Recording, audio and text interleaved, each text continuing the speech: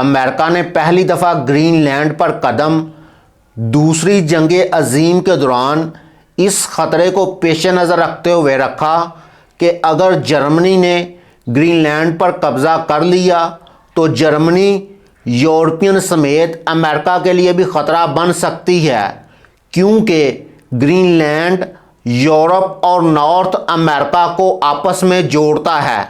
America ने पहली दफ़ा ग्रीनलैंड पर अपनी मिलिट्री बेस जर्मनी को रोकने के लिए बनाई थी। Hey, I've seen this one. This is a classic. और आज रशिया और चाइना को रोकने के लिए अमेरिका पूरे ग्रीनलैंड पर अपना कब्जा करना चाहता है ना coincidence? Because if we don't do it, Russia or China will take over Greenland, and we're not going to have Russia or China as a neighbor. तो ग्रीनलैंड है क्या, आइए जानते हैं। ग्रीनलैंड एक आइलैंड है। आइलैंड ज़मीन का वो हिस्सा होता है जो बरआज़म से छोटा होता है और मुकम्मल तौर पर पानी से घिरा हुआ होता है। दुनिया में कितने आइलैंड्स हैं इसके बारे में कोई हतमी नंबर नहीं है। बाज़ सोर्सेज 10 लाख के करीब दुनिया में आइलैंड्स बताते हैं और बाज़ सोर्सेज 20 लाख तक दुनिया में आइलैंड्स बताते हैं, लेकिन दुनिया का सबसे बड़ा आइलैंड ग्रीनलैंड है। ग्रीनलैंड के रहने वाले डेनमार्क और यूरोपियन यूनियन के मुकम्मल शहरी हैं। ग्रीनलैंड आर्कटिक ओशियन और अटलांटिक ओशियन के दरमियान वाक़या है। 9वीं सदी से लेकर ग्रीनलैंड यूरोप के साथ मुंसलिक है। पहले ग्रीनलैंड पर नॉर्वे और डेनमार्क हुकूमत करते थे।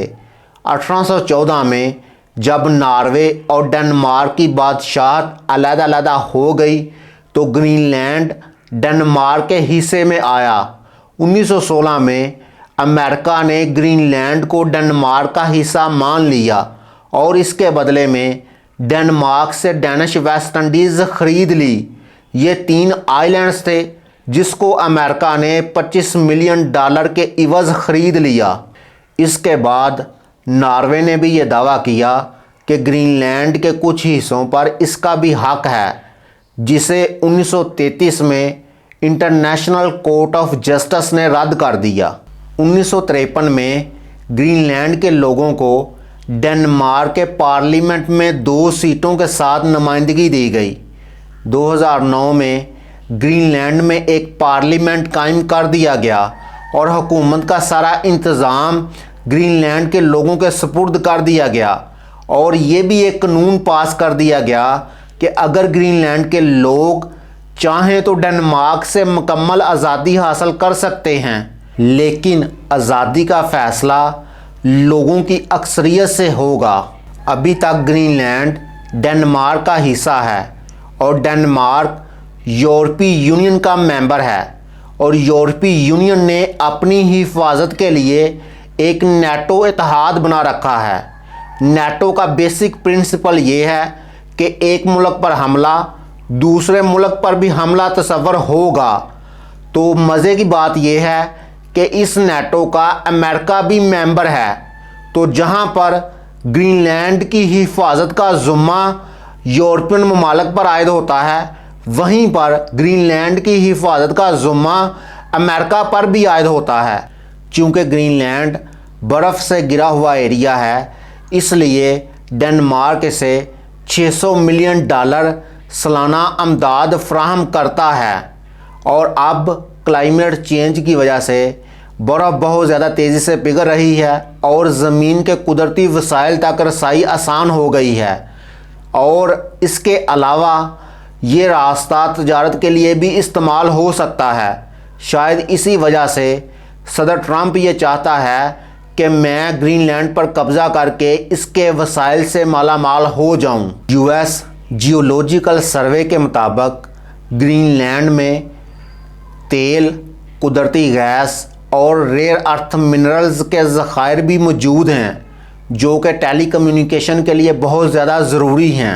2025 के एक पोल के मुताबिक 6% ग्रीनलैंडर्स ऐसे हैं जो अमेरिका में शमूलियत के हामी हैं, जबकि 85% ग्रीनलैंडर्स अमेरिका में शमूलियत अख्तियार करने के ख़िलाफ़ हैं और ग्रीनलैंड का प्राइम मिनिस्टर भी ये कहता है कि ग्रीनलैंड फ़रोख्त होने के लिए नहीं है।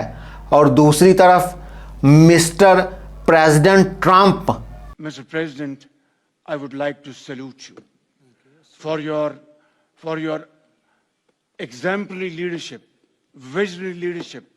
ये कहता है कि मुझे ग्रीनलैंड हासिल करना है, मुश्किल तरीके से या आसान तरीके से।